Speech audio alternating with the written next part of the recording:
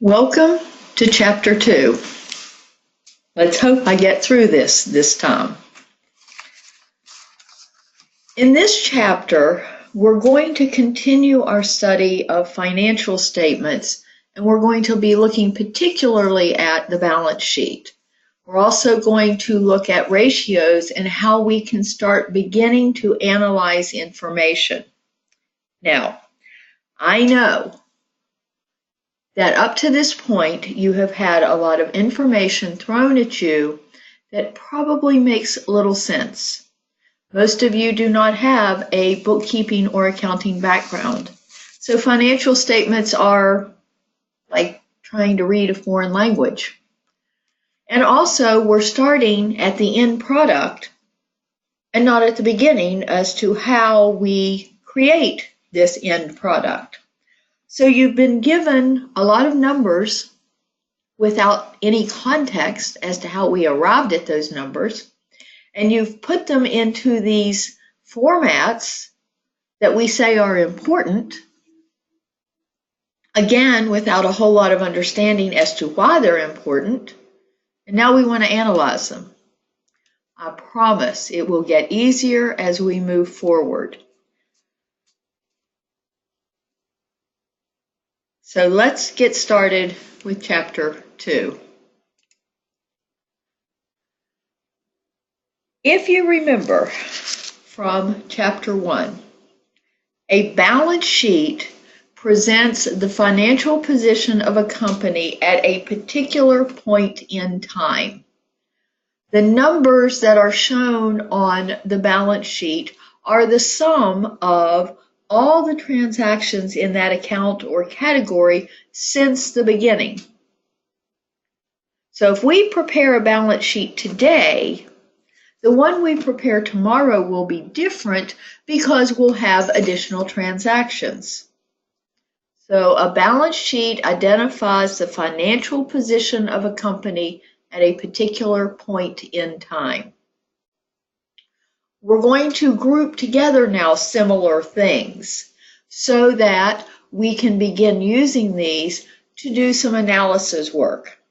Now, the analysis we're going to do right now is really without a whole lot of context because we don't know the background of these numbers, but it's a start. So generally, we classify our assets and our liabilities as current or long-term. Current meaning things that we hope to convert within 1 year or 12 months, and long-term things we hope to convert longer than 1 year. So let's move forward. This is an example of the asset section of a balance sheet. Now, this is a whole lot more detailed than what we were looking at in Chapter 1. I want you to notice that we have current assets, long-term investments, property, plant, and equipment, and intangibles. We'll talk about all of those sections more. This is the liability and equity section of that same balance sheet. Again, we have current, long-term, and then we have the equity section. A classified balance sheet. The first section of that classified balance sheet are current assets, assets that we plan to convert to cash within the next 12 months or operating cycle. For our purposes, an operating cycle is always 1 year. There are some companies that have an operating cycle that is longer than 1 year, but for us, for this course, for the things we're discussing, 1 year is the time period of an operating cycle. That is the time it takes for us to convert our assets. Current assets are like cash, accounts receivable, inventory, those sorts of things. Again, here is an example of the current asset section of a balance sheet. These are listed in the order of liquidity. What is liquidity, you say? No, it's not the water in your swimming pool. Okay, I'm sorry, that was a bad joke. But accountants can only tell bad jokes. Liquidity is how close to cash are they? Well, obviously cash is pretty darn close to cash because it is cash. Short-term investments can be turned into cash relatively quickly by simply calling your broker and say sell. Accounts receivable, hopefully your turnover is no more than 30 to 45 days, meaning you collect the cash within 35 days of billing 30 days of billing the customer.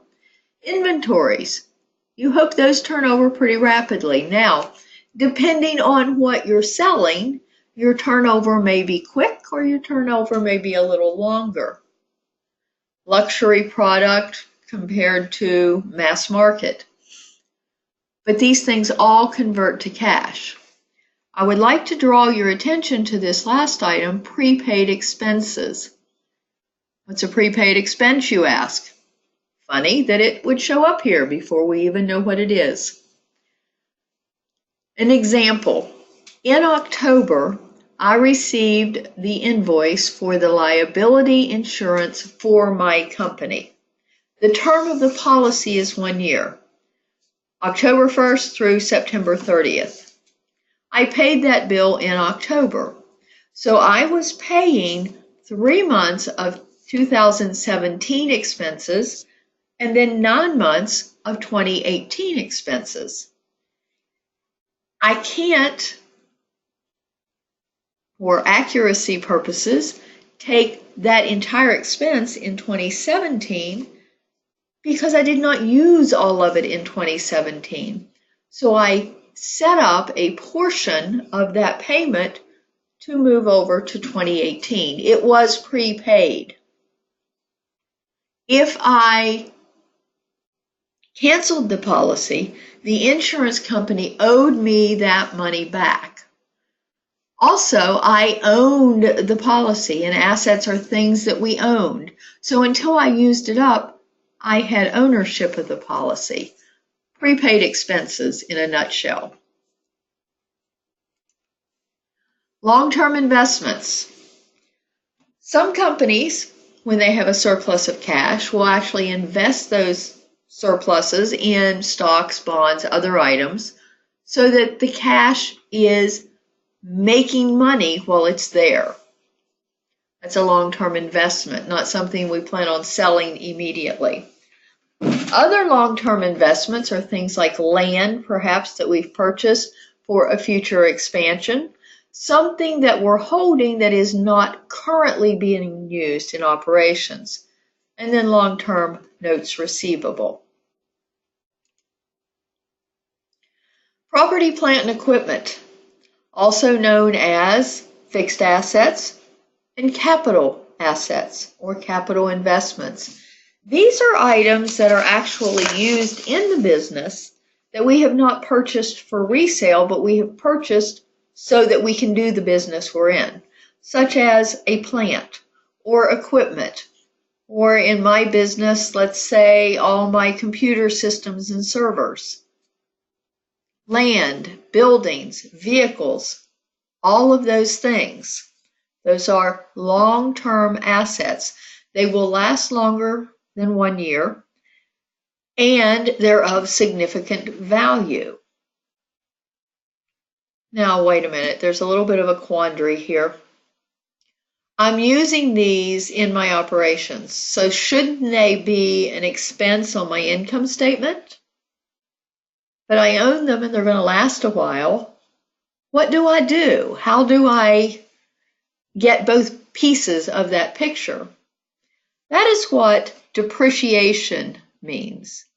Over the course of the life of this asset, we will take portions of the cost of that asset and allocate that to our income statement so that we can show it's being used as part of the expenses of the business, but not all at once. And again, we will learn more about that as we move forward in the textbook. This is an example of that capital investment, capital assets, fixed assets, property, plant, and equipment section of the balance sheet. Let me take a moment here to say, do not get stuck on terminology. I may call it cash in one place and bank in another. I may call it property, plant, and equipment here and fixed assets there. Understand the concepts. Don't try to memorize particular terminology. In fact, I don't want you to memorize anything. I want you to learn concepts in this course. Intangible assets. These are assets that you cannot touch. You cannot go into the warehouse and count them, touch them, see them, hold them, feel them. They don't have physical substance. Trademarks, patents, things we call goodwill. Again, you'll learn more about that as we move on. Trade names. They are of value to the company, even though we can't actually touch them. So there is a section for intangible assets. Intangible assets also have a piece similar to depreciation. It is called amortization. Same thing as depreciation. We're moving a portion of that intangible asset over to our income statement as an expense. But we call it amortization because it's on intangibles, not depreciation, which is on actual assets that we can touch. Let's move to the liability side of the balance sheet. Current liabilities are those items that we expect to have to pay within the next 12 months. Accounts payable. Normally due 30 to 45 days. Accounts payable are things that I have purchased but not yet paid for. Salaries and wages payable. I can tell you my employees are not going to wait more than 12 months for their pay. In fact, getting them to wait 2 weeks is sometimes a bit of a problem. Notes payable, interest payable. I want you to look at, in particular, this last item. The current portion of a long-term obligation. Long-term obligation is not due for longer than 12 months. Let's think about this. You have a loan on your car. It is a 5-year loan.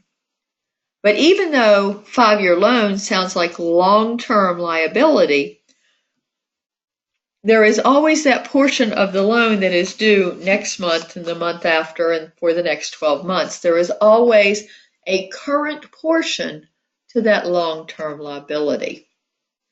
So we want to make sure that we always include that current portion in our current liabilities so that our ratios are correct. An example of current liabilities on a balance sheet.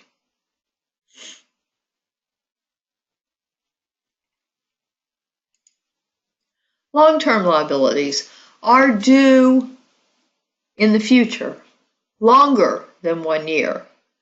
Bonds payable, mortgages payable, etc. I want to note something like this here, notes payable. Whoops. Notes payable. There we go. Notes payable is a long-term liability because apparently it's a note for longer than 1 year. But what happens when we get down to the fact that that note is due within the next 12 months? It moves up into current liabilities. And I mentioned that here because it's going to change your ratios that we're going to talk about in a few moments. The equity section, we have common stock. There is also preferred stock. Preferred stock has some different attributes than common stock, but it is often part of the equity section. And retained earnings, as we learned, that is the net income less dividends paid.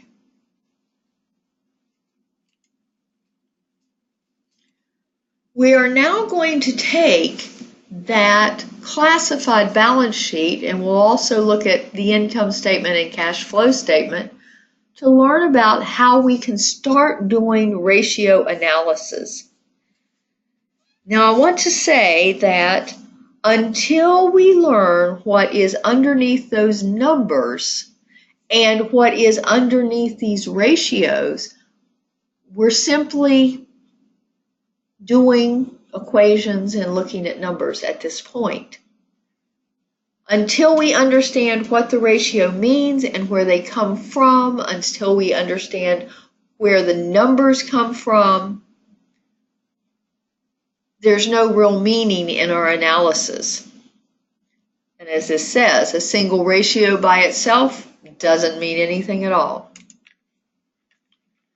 There's three different areas that we do ratio analysis: profitability, and we can look at trend analysis, we can look at margins. There's a whole lot of different things we can look at profitability. Liquidity, can we actually pay our debt with the assets we have on hand?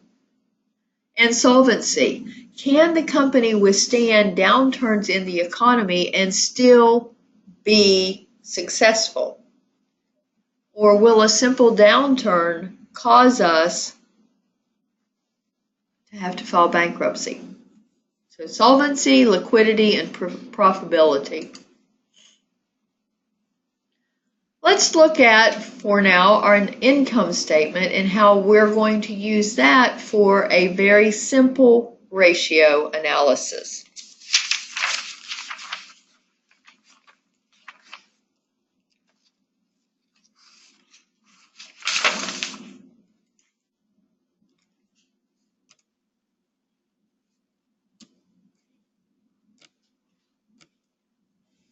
Before we move from this slide, I want to draw your attention to the dates.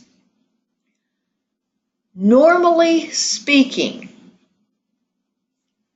a company's ending dates is the last day of the month. For period ending, for month ending March 31st, 2018. For period ending December 31st, 2017. For year ending July 30th. Wait, July 31st. How many days does July have in it? 2018. It is almost always the end of the month. For some reason, this textbook and this author has chosen to present financial statements for companies that have chosen a date other than the end of the month. I want you to understand this is exceedingly unusual. This is something that would never be taught or even looked at except in an upper, higher level accounting class. Do not think this is normal. It is not. So I want to point that out to you. This, for the 12 months ended February 1st, 2014, is an anomaly, not what generally happens. Okay, the ratio we're going to look at here is an earnings per share ratio. Now let's think about, we saw that the net income for Best Buy was $532 million in 2014. I own 100 shares of stock. What does that mean to me? It's a little difficult to take those large numbers and pull them down to my ownership.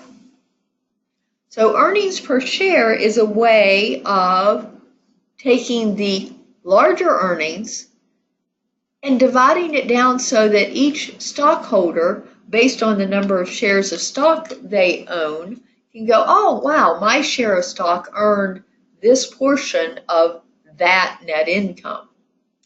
So to calculate net income, we will take net income minus preferred dividends Oh my, there's that preferred word again. Yes, dividends are paid on both common stock and preferred stock holders. So we'll take net income minus preferred dividends divided by the average of common shares outstanding. Wow, that sounds like a lot of stuff. You will always be given the information, net income, preferred dividends, and then to calculate the weighted average, we take the beginning and the ending shares of stock, add those together, and divide by 2. It's really a very simple calculation. So let's look. We have our net income, we had no preferred dividends, and we have our weighted average to find that our earnings per share is $1.55. If I own 1 share of stock, I can say that out of that $532 million in income, my share of stock earned $1.55. I'm so excited. In 2013, because there was a loss, my earnings per share was a minus $1.30. I lost $1.30 per share. Something to look at is we managed to go from $1.30 loss in 2013 to a $1.55 profit in 2014. That's a $2.85 swing from 1 year to the next. 2 years is not enough for a trend analysis, but it tells us that the company, it appears, is on the right path. Now we need to know a whole lot more information than what we have here, but we can make some beginning opinions.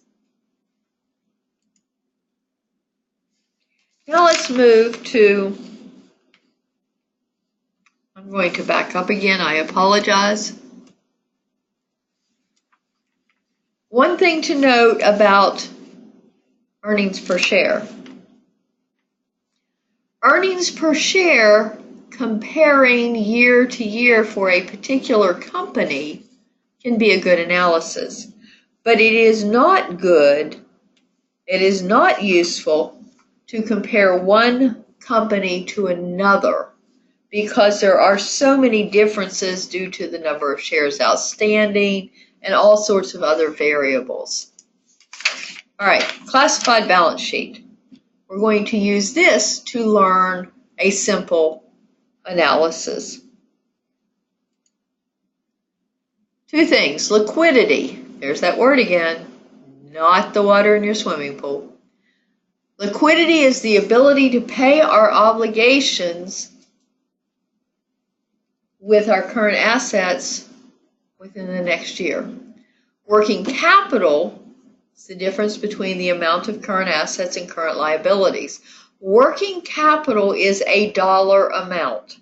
We're going to take our current assets and our current liabilities to come up with our working capital dollar amount. Liquidity, on the other hand, is a ratio. Can we pay our short-term obligations with our short-term assets? So we're going to divide our current assets by our current liabilities. Best Buy could pay their current liabilities 1.4 times with their current assets. The industry average is 0.88, which tells us that industry-wide retail stores, most of them cannot pay their current liabilities with their current assets. Now, something I want you to note is this ratio does not consider the makeup of your current assets. This 10,485 number here could be all inventory. I can't pay my current liabilities with inventory. I need to convert it to cash. So although this number, this 1.41, looks exceptionally good, it may not be cash. So simply coming up with a ratio is not enough to say, oh yes, this is good. You have to know more. And I cannot emphasize that enough. Just simply doing some math or doing an equation is not enough to say this is good or bad. It is only enough to say I must do more research so that I know what this means. Solvency. Can I pay my interest, and can I also pay the maturity on the debt when it is due? Can I survive over a long period of time? Now, we've heard the term debt to equity ratio. Have you ever gotten turned down for a loan because the loan officer says, I'm sorry, your debt to equity ratio is just not good enough? Well, we're looking at something a little different here. We're going to look at debt to asset ratio. How much of our assets are actually financed? We're going to divide our total liabilities by our total assets. 72% of our assets are financed by debt financing, meaning there's loans that have a that own, or well, not that own, but that are attached to part of our assets.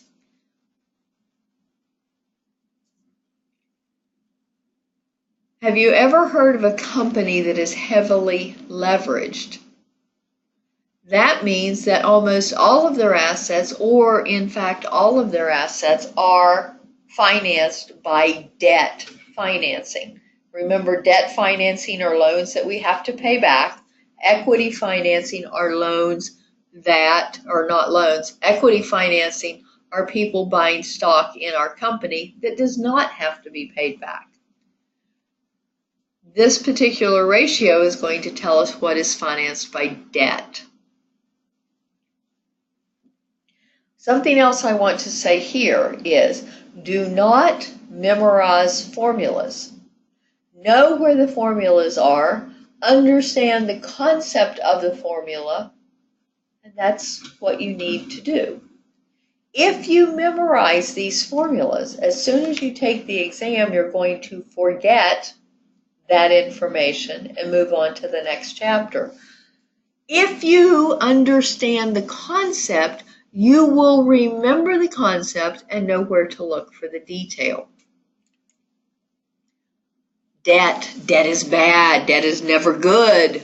Your parents tell you, don't go into debt. Pay off your credit cards every month. Oh my gosh, the happiest day of my life was the day I paid off my mortgage. But for businesses, sometimes debt is okay. Debt can be a good thing. If I can borrow money at 5% to invest in equipment that will increase my production and help me to earn 8% more in profit, debt is good.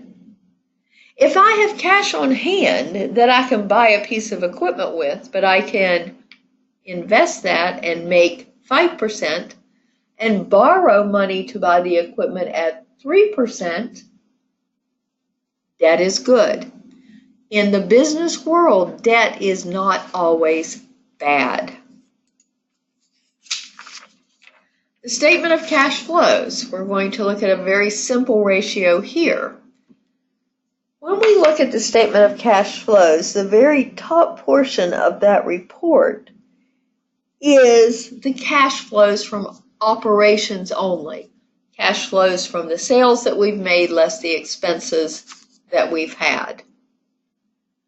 That doesn't take into account the fact that we need to take some of that money from operations and invest in equipment and those sorts of things, and also pay our stockholders/shareholders their dividends to make them happy, and that we can't just take all of that cash from operations and reinvest it in operations.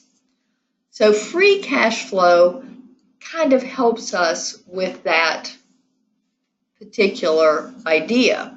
It tells us what we have left after we adjust for both dividends and capital expenditures. This is the equation. Net cash minus capital expenditures minus cash dividends gives us our free cash flow. Monies that can be used to pay for loans and other things. An example. Our cash provided by operations was $100,000. Our expenditures on property, plant, and equipment were $15,000, and our dividends were $5,000, giving us free cash flow of $80,000. With that, we are done with this chapter, and I want to thank you very much for your participation.